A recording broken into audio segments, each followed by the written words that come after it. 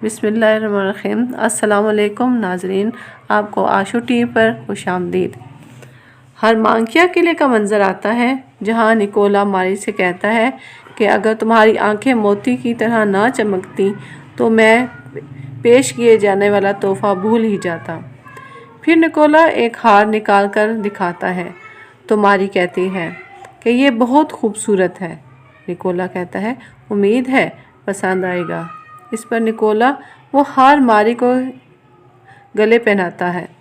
मारी कहती है कि मुझे निकोला का ये अंदाज़ बहुत पसंद आया, लेकिन मैं इतनी जल्दी राग़िब होने वाली नहीं। फिर निकोला पूछता है कि तुम्हें खुश करने के लिए क्या करना होगा। इस पर मारी कहती है कि अपने दोस्तों को नुकसान पहुंचाने वालों की तकदीर बदल कर रख देना। मुझे अगवा करने वाले इस तुर्क को जानते ही होंगे, क्या इसके किए का बदला नहीं लिया जाएगा। इस पर निकोला कहता है मैं वादा करता हूँ कि मैं बदला लूँगा। सब देखकर कोशिश मुस्कुरा रहा होता है कि आखिरकार निकोला मारी के जाल में फंसता ही चला जा रहा है। इसी दौरान रोगातास कमरे में दाखिल होता है और कहता है निकोला तुम भी यहाँ हो, देखकर खुशी हुई। कुछ अहम मसाइल पर आप लोगों से बातचीत करनी है। इसके बाद काय कबीले का मंजर आता है जहाँ सलजान खातून उस्मान के रवैये को देखते हुए इसके पास जाकर बैठ जाती हैं और इसे समझाते हुए कहती है उस्मान तुम बचपन में भी ऐसे ही थे, कोई भी परेशानी होती तो अकेले होकर कहीं बैठ जाया करते थे। उस्मान कहता है और आप मेरी हालत समझकर मेरे पास चली आती थी और मेरी परेशानी का इलाज बन जाती थी। मैं आपका हक कैसे अदा कर पाऊँगा अम्मी जान। सलजान कहती है माँ और बेटे के दरमियान कैसे हक होते हैं। फिर कहती हैं अब होश में आ जाओ, सरदार उस्मान के लायक ये हाल नहीं जचता। उस्मान कहता है कि हमने कमज़ोरी जाहिर की है।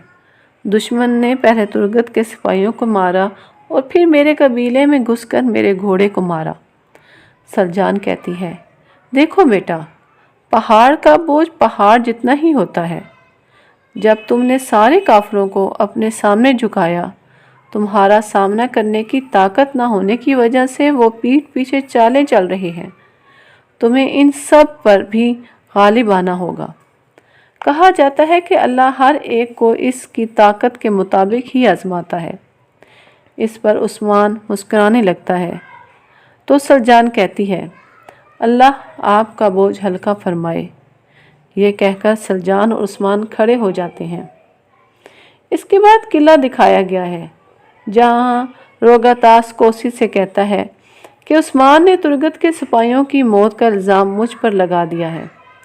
कोशिश कहता है कि उस्मान ने तुम्हारे बारे में शकूक व शुबहात से मुझे आगाह किया है और मैंने इसे बताया कि ये शुबहात दुरुस्त नहीं। मैं चाहता हूँ कि जल्द हक़ाइक़ सामने आएँ। इस पर रोगातास कहता है कि तुम ना भी चाहो तो मैं हक़ाइक़ सामने लाऊंगा। इस पर कोशिश मुस्कुराने लगता है तो निकोला कहता है रोगातास तुम पर हमला किया गया और तुमने हमले की तरकीब नहीं बनाई। तुम दोस्तों के बीच बैठे हो, बात छुपाने की ज़रूरत नहीं। इस पर रोगातास तंज करते हुए कहता है कि मैं दोस्तों के बीच हूँ, क्या तुम्हारा भी ऐसा ही ख्याल है कोशिश कि मैं दोस्तों के बीच हूँ। इस पर मारी जवाब देती है अगर आपको इसमें कोई शक है तो आपका हमारी मेज़ पर होना कुछ अजीब नहीं। इस पर रोगातास कहता है कि अगर मैं परेशानी का सबब ना बन रहा हूँ तो मैं फ़ौरन उठकर चला जाता हूँ। इस पर निकोला कहता है रोगातास जबकि हम यहाँ इत्तेहाद के लिए आए हैं, हम एक दूसरे पर वार कर रहे हैं। इस पर रोगातास कहता है कि कोई मुझे उस्मान के लिए चारा बनाने में मसरूफ़ है। उस्मान ने यह सिर्फ मुझ पर तुर्गत के सिपाहियों के कत्ल का इल्ज़ाम लगाया, बल्कि अपने घोड़े के मरने का मुहासबा भी मुझसे किया। इस पर कोशिश हैरानगी से सवाल करता है कि क्या उस्मान का घोड़ा कत्ल कर दिया गया। اس پر نکولا کہتا ہے تو ایسے کہو نا کہ کوئی بہت آگے تک چلا گیا ہے۔ اس پر روگداس فوراً ہی کھانا کھانے لگتا ہے۔ اس پر نکولا کہتا ہے کہ میں عثمان کے گھوڑے کا مرنے کا دکھ بالکل نہیں کروں گا، اس پر کوئی مجھ سے ناراض نہ ہو۔ پادری ابھی تک لاپتہ ہے، کیا اس کی کسی کو خبر ہے کہ وہ کہاں گیا ہے؟ اس پر کوسس کہتا ہے کہ آخر وہ پادری ہے، ہو سکتا ہے وہ آسمان پر چڑھ گیا ہو۔ اس پر وہ سب ہنسنے لگتے ہیں۔ اس پر روگتاس کھڑا ہو جاتا ہے اور کہتا ہے کہ کھانا بہت لذیذ تھا، افسوس ہے کہ مجھے یہاں سے جانا ہوگا۔ یہ کہہ کر روگتاس وہاں سے چلا جاتا ہے۔ دوسری طرف پادری اپنے زخم کی وجہ سے درد سے کرا رہا ہوتا ہے۔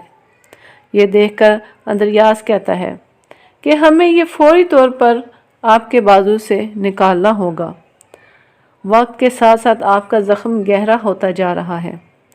اس پر پادری کہتا ہے کہ جب تک ہم یہاں سے نکل نہیں جاتے اس وقت تک ہم اسے نہیں نکال سکتے۔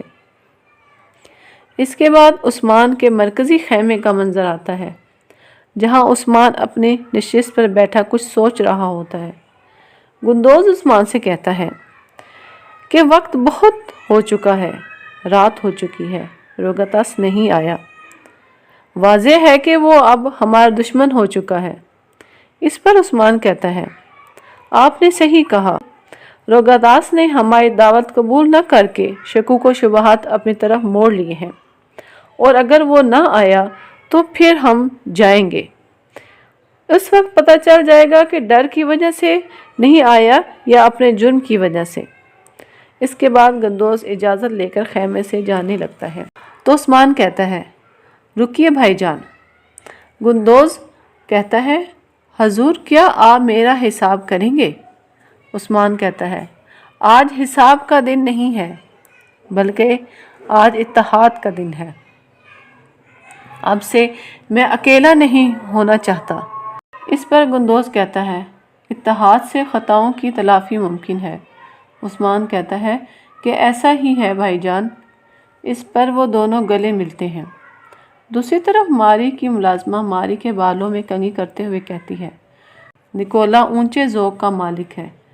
اس پر ماری کہتی ہے بالکل، لیکن وہ بھی دوسرے مردوں کی طرح تیار ہو کر جال میں پھنسنے کا انتظار کر رہا ہے۔ خادمہ ماری سے پوچھتی ہے کہ تم نکولا سے کیا چاہتی ہو؟ ماری کہتی ہے کہ میں نکولا کی طاقت حاصل کرنا چاہتی ہوں، نکولا صرف وہ کرے جو میں چاہوں۔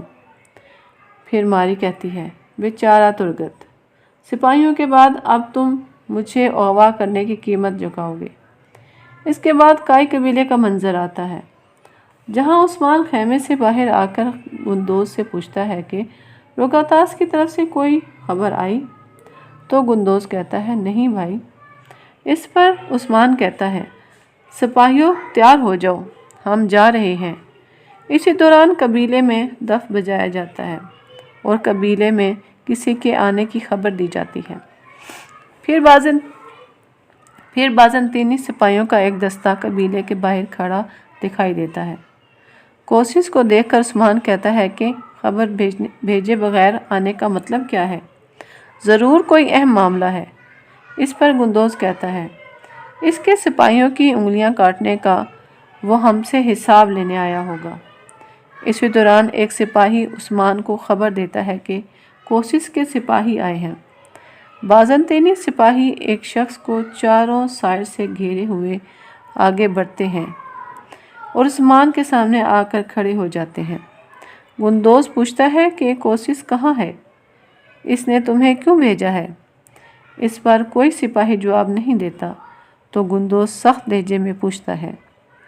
اسی کے ساتھ سپاہی سامنے سے ہٹ جاتے ہیں اور وہ شخص نمودار ہوتا ہے جو روگتاس ہوتا ہے۔ روگتاس کہتا ہے آپ نے مجھے بلایا اور میں آ گیا۔ آپ حیران کیوں ہو رہے ہیں عثمان صاحب؟ پھر وہ خیمے میں چلے جاتے ہیں۔ روگتاس عثمان سے کہتا ہے کوسس نے آپ کے لیے ایک جال بنایا ہے، آپ اس میں نہ گریں۔ اگر اب میں نے اپنے سپاہیوں کو آپ کے قبیلے پر حملہ کرنے کا حکم دیا ہوتا तो क्या आप इसका ज़िम्मेदार कोशिश को ठहराते? इस पर उस्मान कहता है, मैं ऐसा ना करता रुगातास। अगर मुझे इन सब में तुम्हारे मुलविस होने का यकीन होता तो तुम अभी मेरे सामने खड़े बात ना कर रहे होते। इस पर रुगातास कहता है कि फिर गुंदोज साहब की दावत का मतलब क्या है? उस्मान कहता है कि मैं अर्तुल गाजी का बेटा हूँ, मैं तुम्हारे खेल को अच्छी तरह समझता हूँ, लेकिन मैं हमेशा सच को सामने लाने पर यकीन रखता हूँ। इस पर रुगातास कहता है कि मैं आपसे महंगे दामों सामान खरीद रहा हूँ, जबकि ये मुझे सस्ते दामों भी मिल सकता है। ये दुश्मनी वाला रवैया नहीं है उस्मान साहब, मैं भी हकीकत को सामने लाने का इतना ही ख्वाहिशमंद हूँ जितना कि आप हैं। इसी के साथ रुगातास इजाज़त लेकर चला जाता है। गुंदोज उस्मान से कहता है, घोड़े के निशानात कुत्तों के निशानात के साथ गुडमुड हो गए हैं। उस्मान कहता है, ऐसा ही है भाई, लेकिन एक चीज़ हम जानते हैं कि तमाम निशानात एक ही सिमत जा रहे हैं। जो भी पादरी को लेना चाहता है उसी ने ये सब किया है। हम पादरी को कबीले से निकालेंगे। जो भी उसे लेना चाहता है वो ये मौका हरगिज़ नहीं गंवाएगा। इस वक्त हमें पता चल जाएगा कि दुश्मन कौन है। अब हम पादरी के पास जाकर इसको खुशखबरी देते हैं। ये कहकर दोनों भाई पादरी की तरफ चल पड़ते हैं। अगर आप अर्तुल गाजी, कुल्लुस उस्मान और बारबरोसा की तमाम इकसात को उर्दू डबिंग में देखना चाहते हैं तो हमारे चैनल को सब्सक्राइब करें और इस वीडियो के नीचे कमेंट करें। अल्लाह हाफ़िज़।